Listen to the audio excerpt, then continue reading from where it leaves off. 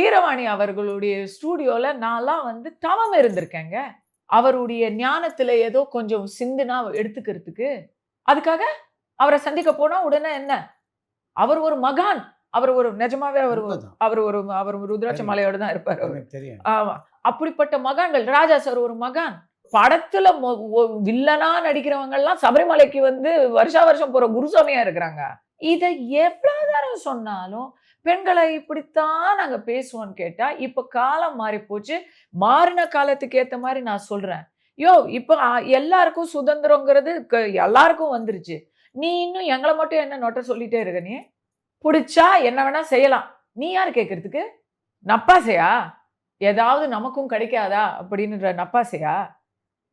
அப்படிலாம் கிடையாது. உங்க சுதந்திரம், உங்க வீட்டு பெண்கள பேசுறதுல கூட இல்ல. நான் நெறைய சந்திக்கிறேங்க. அரசியல் பேசினா, கீழ இம்மீடியட்டா பர்சனல் அட்டாக் தான் வருது. இந்த விமர்சனங்களுக்கு நீங்க குடுத்த மிகப்பெரிய விலை தான் சிறைவாசமா? ஆமா. ம். அது வந்து அரசு தரப்புல இருந்தே அது ஒரு பயமுறுத்தல் நடவடிக்கை தான். இருக்கிறது ஹைதராபாத்ல. நான் ஷூட்டிங்ல இருந்தேன். ராமோஜி ராவ் ஃபில்ம் சிட்டில ஷூட்டிங்ல இருந்தேன். அங்க வந்து சிக்னல் எடுக்காது.